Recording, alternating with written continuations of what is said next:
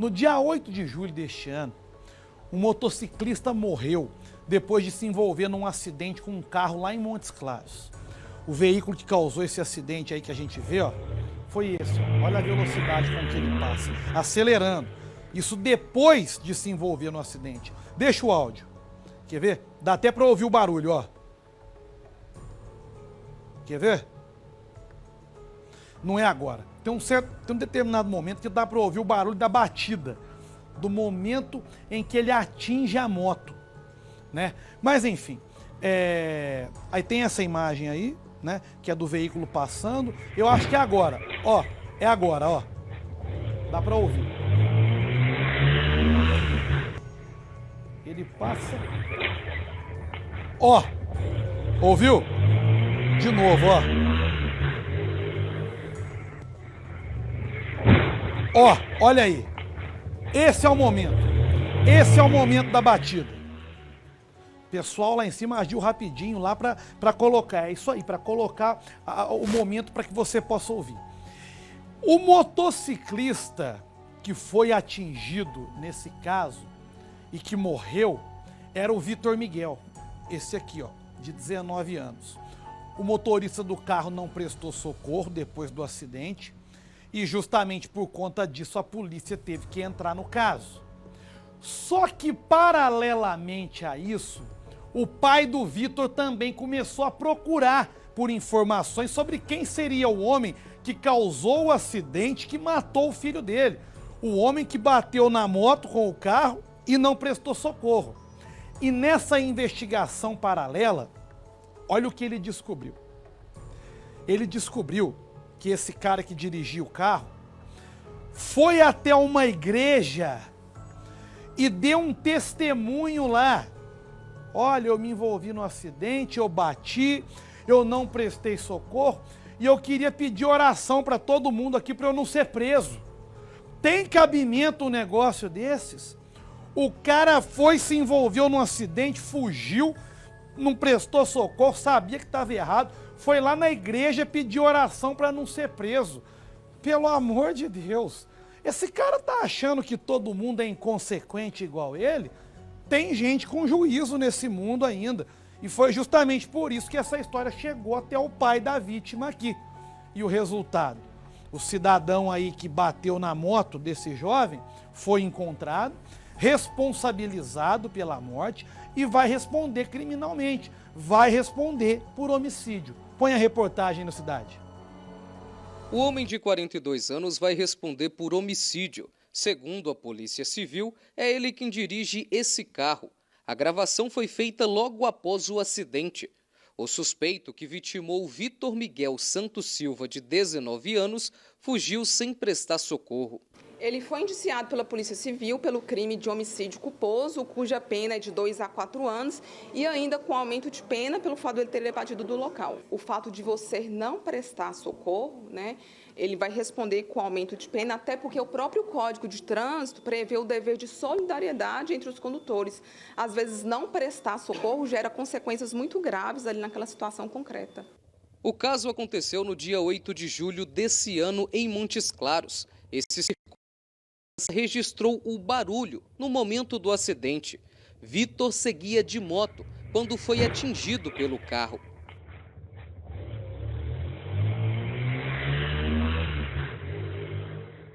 A vítima teve fraturas na perna e braço direitos, além de traumatismo craniano grave. Ela foi socorrida pelo SAMU, entubada no local e levada em estado grave para o hospital.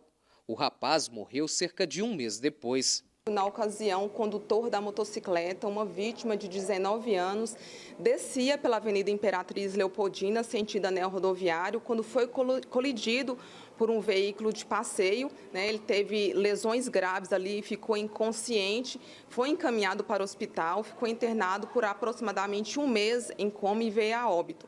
Foi constatado que o condutor do automóvel teria evadido do local sem prestar nenhum tipo de socorro. Iniciaram, então, as investigações no primeiro momento com análise das imagens ali próximo ao local e foi verificado que tratava-se de um veículo Versalhes. As imagens não eram de boa qualidade, então, no primeiro momento, não se conseguiu identificar a placa do veículo. Inconformado com a morte do filho, o pai de Vitor passou a fazer uma investigação por conta própria. Ele começou a frequentar estabelecimentos que ficam próximos do local do acidente e em um deles descobriu que o suspeito deu um depoimento em uma igreja. No testemunho, o homem teria falado sobre a batida e teria confessado que fugiu do local, sem prestar socorro ao outro envolvido. Ele foi na igreja lá e comentou com o pessoal lá, com os outros pastores, que tinha atropelado, deu um testemunho que tinha atropelado a pessoa e não tinha socorrido. E foi lá pedir para eles rezar para ele não ir preso. Um dos pastores lá comentou na casa dele e o filho ouviu e falou para mim. A informação foi repassada para os investigadores e ajudou a polícia a chegar até o suspeito. O papel do pai da vítima foi primordial na investigação. Ele estava bastante resignado. Depois do acidente, ele começou a frequentar os bares próximos. As informações eram levadas pela Polícia Civil, então ele teve um papel muito importante na apuração, sim.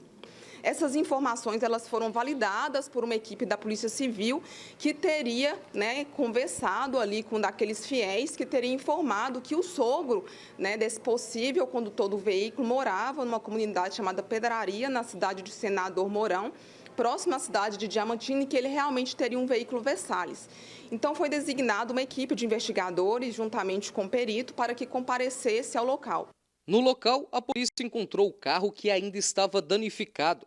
O proprietário, sogro do autor, colaborou com a investigação e confirmou que o genro dirigia o veículo naquele dia e havia se envolvido em um acidente. O autor do fato, ele foi ouvido na delegacia, mas ele reservou o seu direito constitucional de ficar em silêncio. Vitor era inabilitado. Apesar disso, a Polícia Civil periciou o local do acidente e constatou que o motorista do carro foi quem causou a batida. Apesar da comprovação, o indiciado vai responder pelo crime em liberdade. E foi feito um laudo de local pelo perito da Polícia Civil e ele constatou que no momento que o autor dos fatos, ao convergir ali para a Rua Colômbia, ele não teria reduzido a marcha nem ter diminuído a velocidade, porque não tinha marcas de frenagem no local, o que levou a polícia a crer que ele realmente agiu de forma imprudente. Na verdade, a princípio, os crimes culposos de trânsito não permitem prisão preventiva, mas ele vai ser responsabilizado por isso e, no final, pode pegar uma pena de 2 a 4 anos. E aí, a polícia não tem culpa se a legislação em vigor no Brasil ela é tão frouxa assim, que não prevê prisão preventiva num caso como esse, que prevê lá na frente uma pena irrisória para esse tipo de infração, para esse tipo de irresponsabilidade. No fim das contas, quem acaba se sentindo desamparado é a família do jovem.